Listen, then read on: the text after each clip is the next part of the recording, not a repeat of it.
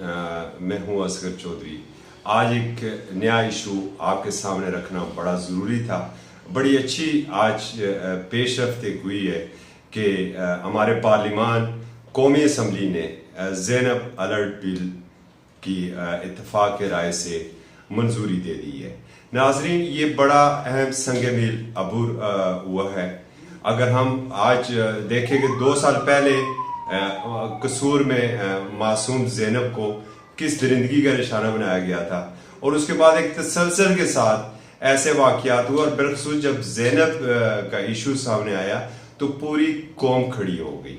पूरी कौम का मुतालबा था कि ऐसे सफाक कातलों को तख्ता दार पर लटकाया जाए और वो तख्ता दार काल कोठरी की सूरत में ना हो बल्कि सरे आम किसी चौक में उन्हें फांसी दी जाए ताकि दूसरे मुलज़िम इससे इबरत पकड़े।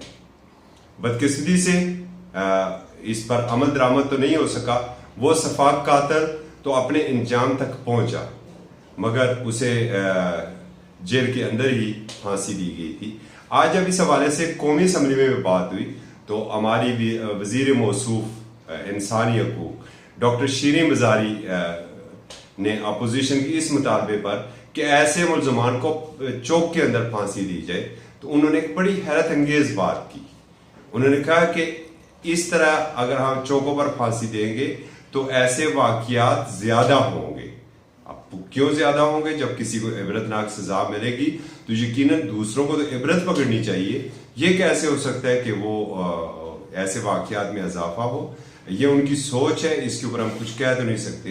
तहम हम ये कम अज कम कौमी असम्बली को जो अब 22 करोड़ अवाम का की दानिशगाह है, इज्तिमाई दानिशगाह है, उसके इस इकदाम को हम आज सराहते हैं। नाजरीन, शायद इस बिल के पास होने के बाद मासूम फरियाल के कातिल भी कहीं ना कहीं से ट्रेस हो जाए, क्योंकि इसमें बड़ा स्पीडी ट्रायल होगा। इस बिल के अंदर एक तो विद इन नो टाइम इसकी FIR का इंदराज होगा, रिकवरी इन रिस्पॉन्ड यूनिट होगा और फिर स्पीडी ट्रायल करके 3 माह के अंदर अंदर इस केस को मंतकी इंजाम तक पहुंचाया जाएगा। अब यहां से ये मामला जाएगा ऐवान बाला से और उम्मीद है कि ऐवान बाला से भी ये बिल मंजूर हो जाएगा। अगर थोड़े से अदाद व शुमार हम आपके सामने रखें, बिलखसूस बिल्कुल एक ताज़ा वाक़या जो कि वफाकी दारुल हुकूमत में मेरे वज़ीर आज़म, मेरे कप्तान के घर से महज 1 किलोमीटर दूर उमर मुख्तार राठौर के साथ जो रुनमा हुआ, जिस तरीके से उसे अगवा किया गया और बेदर्दी के साथ उसे सख्त तरीन सर्दी में उसे अलमारी में टेप ज़दा करके उसे बंद किया गया, जिससे वो मासूम की डेथ हुई और उसका पूरा ख़ानदान एक कर्ब में है। शायद इस बिल से उसके कातलों को भी स्पीडी ट्रायल के जरिए मंतकी अंजाम तक पहुंचाया जाए। शायद इस्लामाबाद में ही कत्ल होने वाली मासूम नन्ही फरिश्ता के कातिल अंजाम तक पहुंच सके और इस मेरे मुल्क भर में जहां जहां पर बच्चों के साथ ज्यादती के वाक़यात हुए हैं, शायद उनके कातिल अपने अंजाम तक पहुंच सके। छोटे से में कुछ अदाद व शुमार है जो मैं सिर्फ आपको वजारत दाखिला की जानब से ही जो आज ये इंकशाफ हुआ है कि 2018 में वफाकी दारुल हुकूमत में सिर्फ जो मजमूई तौर पर 4382 FIR का इंदराज हुआ मुख्तलिफ जराइम का और बच्चों की ज्यादती के मुकदमात 75 रिकॉर्ड पर रहे।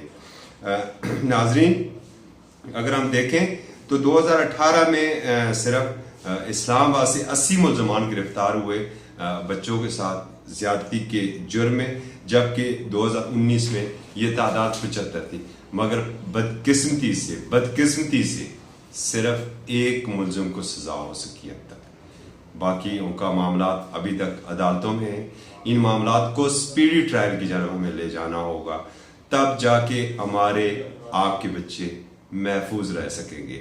वरना ये जिस दरिंदगी की लहर चल पड़ी है मुल्क भर में, मुल्क का कोई हिस्सा ऐसा नहीं है कि जो इस दरिंदगी की लहर से महफूज हो। जब एक मासूम जान जाती है तो हर आंख अश्कबार होती है, हर माँ, हर बहन, हर बेटी, हर बाप, उसकी आंख में आंसू होते हैं, उसे फिक्र अपने बच्चों की होती है।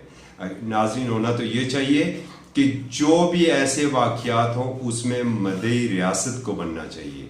हम पहले भी ये अपील कर चुके थे कि उमर मुख्तार राठौर के केस में रियासत को मदई बनना चाहिए, रियासत की मदियत में ये मुकदमा दर्ज होना चाहिए और उन मुलजमान को स्पीडी ट्रायल के जरिए कैफर किरदार तक पहुंचाया जाए। अमूमन ये केस जब लंबे चलते हैं तो फिर कहीं ना कहीं किसी न किसी जगह पर वो सुलह वाला मामला आ जाता है, कसात और दियत वाला मामला आ जाता है। कम से कम बच्चों के मामले में हमें सिर्फ एक नुक्ते के ऊपर मुतफिक होने की ज़रूरत है, वो इंसाफ और जो मुल्ज़मान हैं उन्हें कैफर किरदार तक पहुँचाना। नाज़रीन, अगर आपको रिपोर्ट पसंद आई हो तो अपना फीडबैक ज़रूर दीजिएगा। फिर मिलेंगे। अल्लाह हाफ़िज़।